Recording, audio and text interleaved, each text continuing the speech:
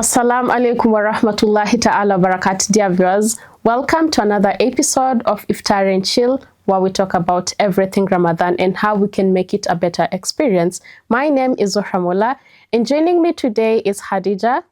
Assalamu alaikum, viewers. And our special guest, Zahra, who's an expert nutritionist. Now, today we have a very important discussion. Are you a person living with diabetes, hypertension, cardiovascular diseases, all this, name it all? How do you fast? What are the challenges? And how do you go about this? That is the discussion for today. Karibu sana.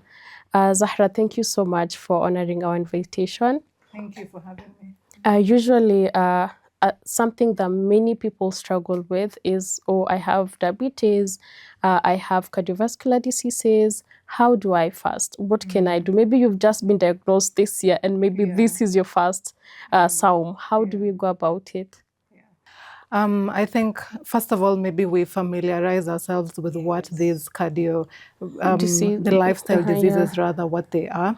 When we look at the frequency of food consumption in the modern world currently, whether we're looking at Muslims or Christians, basically across board, what we see is that these days people tend to eat for long periods, and most importantly, people continue to eat very late into the evening. And so this is really what has led to an increase in what we call now the lifestyle diseases, because eating that way, what it does, it's really associated with many unfavorable effects, such as increased inflammation, weight gain, increased blood sugar, cholesterol, and so on. And so this is why we see a surge or an increase in these lifestyle diseases. And so examples of these diseases, like you mentioned, diabetes, type 2 diabetes particularly, we have hypertension, cardiovascular diseases, so people with heart failure and the likes, cancer as well, fatty liver disease, and even these cognitive diseases like dementia and Alzheimer's. These are also, grouped as part of the lifestyle diseases. Yeah. So what I eat could actually determine if maybe later on in life one could get dementia or not. Yeah, very, very true. We normally think that these diseases, like people assume that, you just wake up suddenly and you have And then you develop. diabetes, or you suddenly have heart disease or elevated cholesterol. So genes definitely do play a role if you have that familial history, especially, when it comes to very close people like your parents or your siblings, but also how you eat and just generally how you live definitely can contribute to that. And it starts when we're in our 20s and our 30s. That's it doesn't scary. start. That's scary, Zahra. Exactly. It doesn't start when you're in your 50s and 60s. It starts much earlier. And so, you'll get the diagnosis 10, 15 years later, but really when we look back, we can trace, where things started to fall apart, where you started to, maybe incorporate habits that are not very beneficial. Because growing up, we were told, you remember, like, back in the days, we used to be told that, diabetes, cancer, and all these diseases, they're just for the old group people. of people. For the old people. For the old people and for the rich. Yes, and for the rich. Like, we'd be told, you know what? Hizo si magonjwa zetu. Sisi tutakula health and we do this and we do this, and then we will not even get those diseases. But ideally, right now, with this day and age, we can actually see that anyone can get cancer. Even anyone infants. can get diabetes. Even so infants. Sad. Sometimes you can get some people being diagnosed with some disease and you look at them and like, what? Did you actually get that disease? You keep wondering. So hakuna cha age, hakuna cha a certain group of people. So it just cuts across. Because like even right now, if you look at, the number of people in their 30s who have heart disease, it is alarmingly high. Like people our age getting heart disease, getting diabetes, it's becoming quite rampant. And so it's definitely something that we need to, really think about, tujite mkutano, and we really assess how we've been eating and living our lives so that we don't end up burdening our families and, having to deal with bills and so on later on in life. Now, you mentioned that we don't just wake up and then tomorrow someone has diabetes or dementia. It's something that grows with time. And maybe this starts even in the early 20s. So what are the telltale signs? Like, what can I see? And I'm like, oh, this direction I'm going, it's not heading the right place. So, well, what I can say is, normally, especially at this age, maybe the farthest we can go is checking our weight, right? Like we'll just check our weight, and we assume that our weight tells us, gives us an insight into how our health is. But actually, your weight really doesn't give you much, doesn't tell you much about what is going on inside of your body. And so I think what we can do at this age, because sometimes symptoms might not be present at all, and so what we really need to do is to be intentional with the yearly medical checkups, or medical checkups every 6 months. So actually check how is your blood sugar, how is your cholesterol. You can do the lipid profile, and these days there are even better tests that even tell you your risk of heart disease. And so we're at that space where looking at your weight, like we're really past that, because what we have noticed is you can have an individual who, when you look at them, they look very obese, fit. right? Like, you can say maybe they are overweight or obese, but when you assess maybe their risk of having diabetes or hypertension, quite low. actually low. Yeah, quite low, right? But when you look at an individual like myself who's very lean, unaweza pata mimi ndio cholesterol yangu iko elevated, skari ndo hiyo, and so really weight doesn't really give us a full picture. So I'd advise people to at least do the basics, the lipid profile, the blood sugar. There's the test we call the HbA1c, which checks your blood sugar levels for the past 3 months. Do those routine checkups so that when something does pop up, at least unaipata mapema, and you can easily change that with lifestyle, and you won't need to, take medications and such. Oh, okay. That's very beneficial.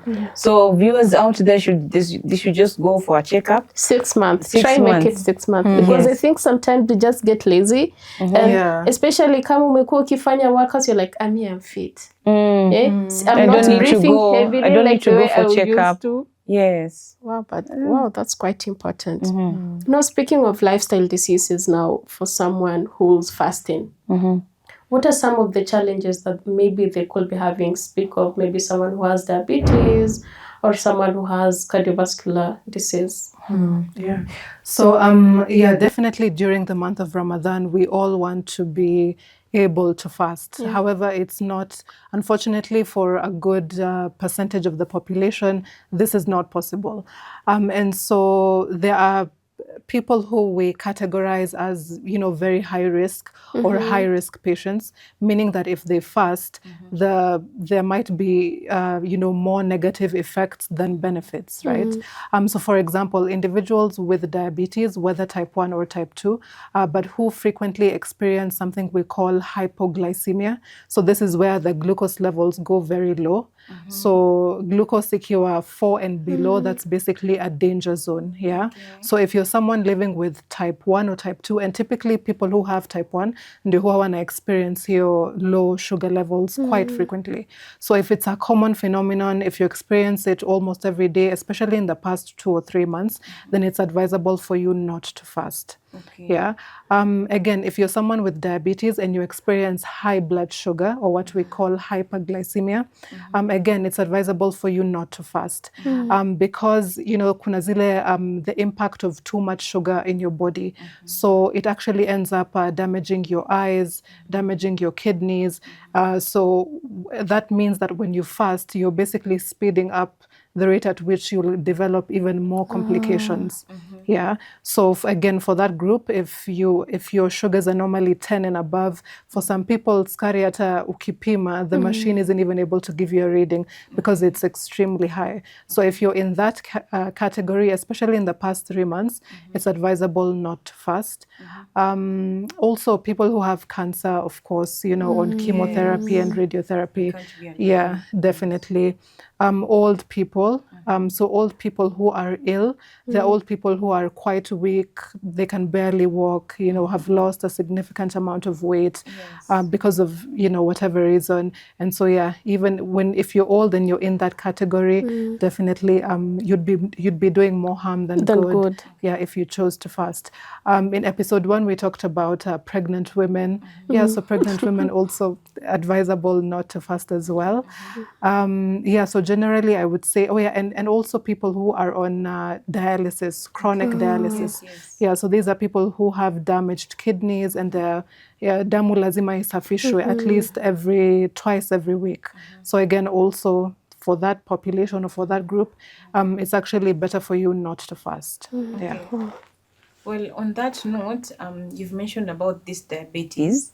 And actually, I think it's the most common lifestyle disease that we usually experience. But you can see some people may, it's not that definite, but they may tend to use this as an excuse not to fast.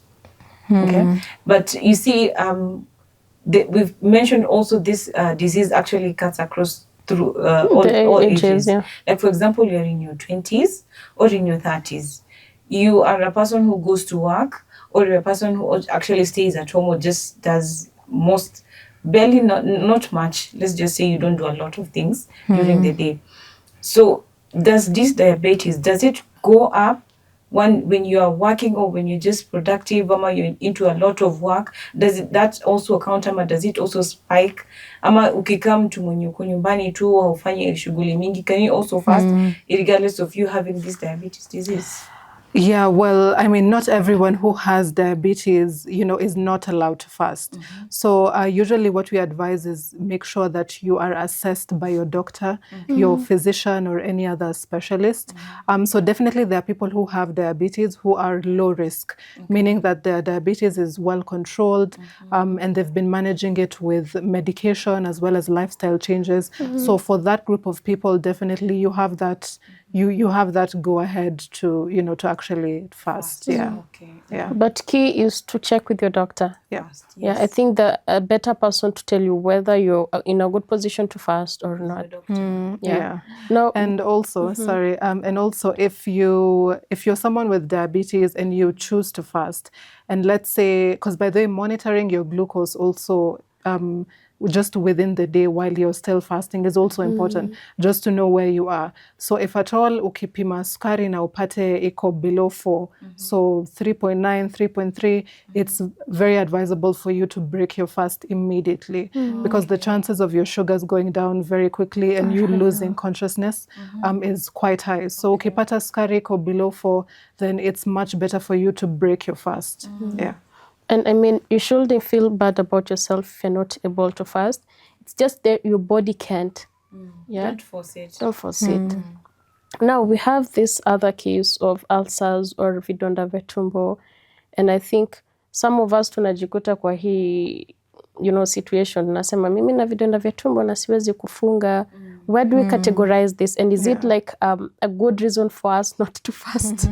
No, it is. Actually, it is. Especially if the ulcers is quite developed, then yeah, it definitely is. Because with ulcers, the more your stomach remains empty, the more the acidity, the more even the chances of now having bleeding in your gut or in your GI tract is quite high. Right. So yeah, actually, because for people with ulcers, what we typically advise is for you to eat every 2 to 3 hours, right? Just to make sure that the level of acidity in your body, isiende juu sana, right? To reduce the production of acidity. Yeah. So if you do have ulcers and it's quite, kuna wale ambao, it's manageable, it's not really, they can fast. But yeah, if it's quite serious, then it's much more advisable for you not to fast. Yeah. No, if I have ulcers, maybe how can I tell that where mahali hii imefikia, this is way too serious and I can't fast? So yeah, that would require something we call an endoscopy to actually check your GI tract, and of course being in consultation with your doctor. Yeah, so your doctor would definitely be able to give you a picture of where you are, whether it's something that you can just manage easily with medications, and then maybe be a bit careful about what you eat when you're breaking your fast, or if it's something that just advisable for you not to fast, because that would just increase the ulcers and even lead to bleeding in your gut. Okay. Which is not really good. Yeah. It's not really good. Okay. So with that, before we actually end this the episode, what would you think are the practical maybe tips or ways we can actually work around these lifestyle diseases, considering that fasting or Ramadan is in place? So it just goes back to the point that we talked about during episode 1. So really the main focus, let most of your calories come from plant-based foods, right? Okay. Because these foods contain fiber, which feeds the bacteria in your gut. They contain vitamins and minerals, which are responsible for carrying out very many biochemical processes in your body. They contain the antioxidants, which of course help to destroy those unstable compounds in our body. And remember also these plant foods contain bioactive substances, which typically protect the plants themselves from disease. But once we consume these foods, they also end up protecting us. So it's like a double-edged sword. So they end up, strengthening our immune system, our DNA, our stem cells, our gut as well. And so let that be where most of your calories come from. Like I said before, you can have fish and chicken and lean meat. cuts of red meat. Yeah, you can have dairy. And of course, physical activity, very, very important. It doesn't have to be intense, doesn't have to be an hour, especially because we are fasting.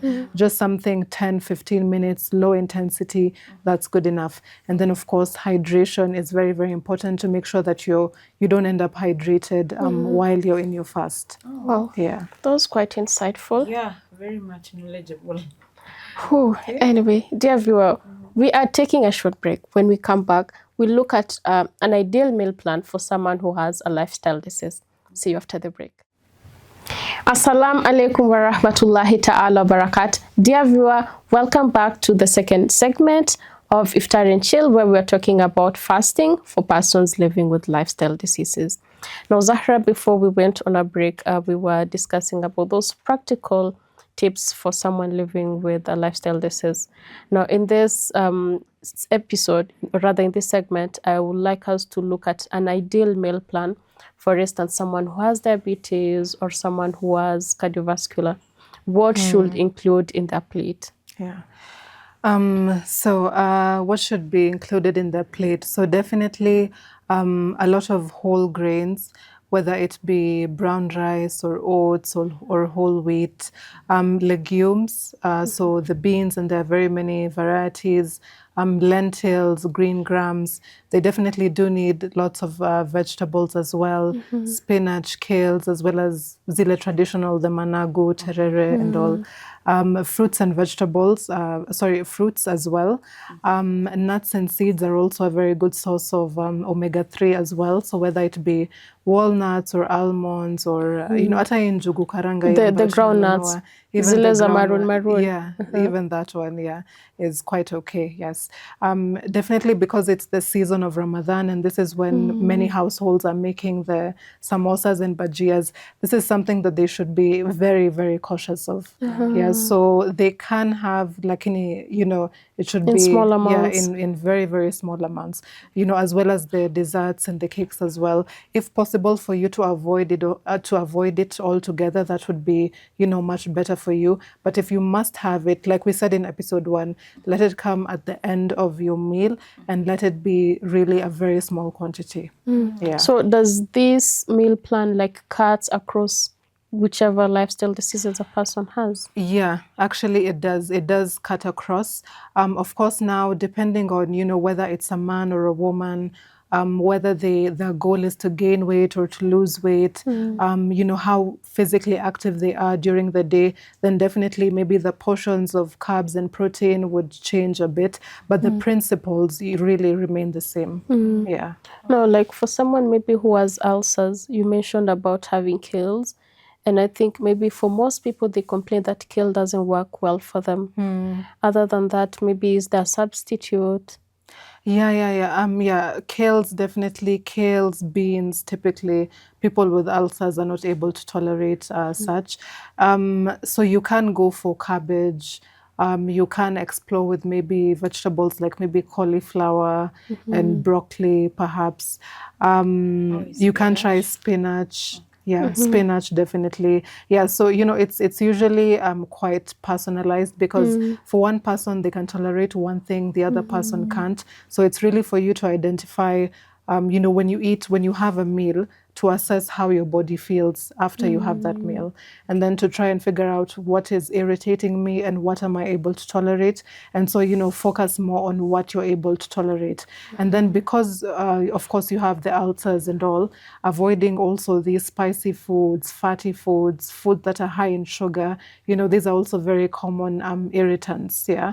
So trying to avoid those altogether would be much better, as well as the carbonated drinks, the sodas, the fruit juices, again, very they can be quite irritating for someone, and even sometimes people are not able to tolerate caffeine. So whether it be tea or coffee, sometimes the caffeine will also cause some irritation or some problems. Yeah.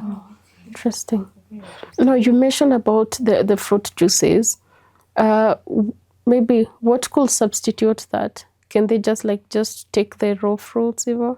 Yeah, preferably if you can have a fruit, as it is, that would be okay. When I talk of fruit juices, what I really mean is the processed ones? Yeah, the processed ones, yeah. Okay. But if you are going to blend, Your some own, fruits at home, then yeah, that's okay. Yeah. Okay, good. You've mentioned about the lifestyle diseases, them being lifestyle only. Like, you've also looked into not as just looking at the meals, the exercise that we do. That plays a very major role. How about people maybe changing the environment that they're in, the kind of work that they do? Can that contribute to lessening the impact about the amount of magnitude that lifestyle diseases cause in their life? Yeah. No, definitely, because I think even, the state of our mental and emotional health plays a very big role, just as much as nutrition, or even more probably, yeah. So the environment that you're in, your workspace, your house, the people that you interact with, how the interactions impact you in terms of how they make you feel and think.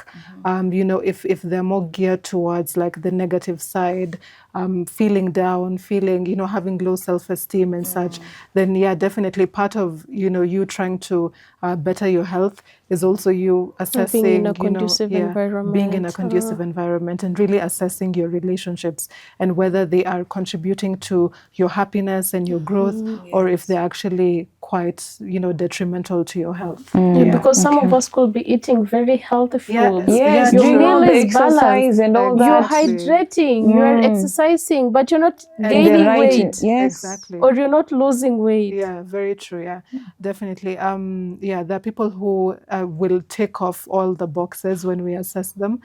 But yeah, stress definitely plays such a huge role. I think, and we tend to ignore it. Yeah, most of the time. Yeah, most of the time we tend to ignore it. And so yeah, I think also just shining a light on mental and emotional health and how important that is very important. Yeah. Okay. Oh, interesting. Now, this lifestyle disease, it's not something that happens overnight.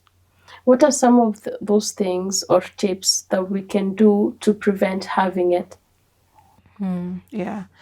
Well, there's so much we can do. One would be assessing how we are eating currently. And like I said, the earlier you start, the better. So actually assessing what your meals typically entail, what you normally eat. Are you eating within your calories? Are you typically someone who tends to overeat or overindulge in certain foods? Your level of physical activity, exercise is quite important. Also educating yourself, because many people don't really educate themselves about health. They can't tell what a carb is from a protein, from a fat. Most of us are very guilty of this. Because you've mentioned about there's actually complex carbohydrates, And and then there's this simple simple like rice and all that. Yeah. And then kina viazi tamu, yams, cassava, they all fall in this other category. Yes. Oh, okay. Yeah. So educating, empowering yourself, right? Because by the way, right now there's so much information, particularly on nutrition online. So you really have no excuse. So educate yourself about what a carb is, what a protein is, what is the role of that in your body. You can, liaise with a nutritionist or a dietitian to actually find out whether what you're doing is working or whether it's detrimental. Like I mentioned, physical activity, very important. And then, like you mentioned, your environment, the people you interact with, the people you spend most of your time with. What does that do to you? How does that make you feel? What is your thinking geared towards? Is it more of the positive or the negative? The negative. Wow. Yeah. That's a good point to note. Yes. Because of most of the time tunasahau, like wewe ni 9 to 5, it's like you're working on autopilot. Uamke suhur, upike watoto, utarishe mume wako, aende kazi, uingie kazi, urudi nyumbani iftar. Like we don't take that time to relax. So unapata hiki chakula hata kikusaidia at the end of the day. And you wonder, nimekuwa nikila, nimekuwa niki-exercise, but nothing is happening. No, it even becomes more difficult for someone who has a lifestyle disease. And maybe for someone who's like, maybe wamekuwa to diagnosed recently and it's not way too bad. What are those tips that maybe you can share with them that are not, they'll be able to fast, but at the same time not compromise their health? Well, one would be definitely always be in consultation with your doctor, no matter which decision you decide to take.